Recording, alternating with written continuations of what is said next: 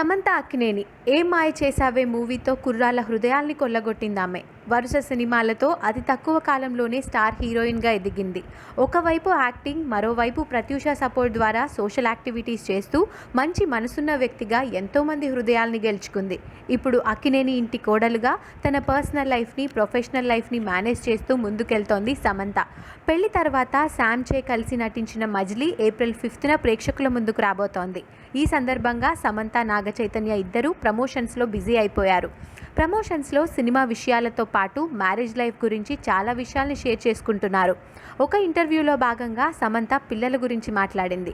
నేనెప్పుడు తల్లినైనా అప్పటి నుండి నా యాక్టింగ్ ప్రొఫెషన్కి ఖచ్చితంగా చాలా కాలం వరకు బ్రేక్ తీసుకుంటాను. ఎందుకంటే అప్పుడు నా బేబీనే నా ప్రపంచం.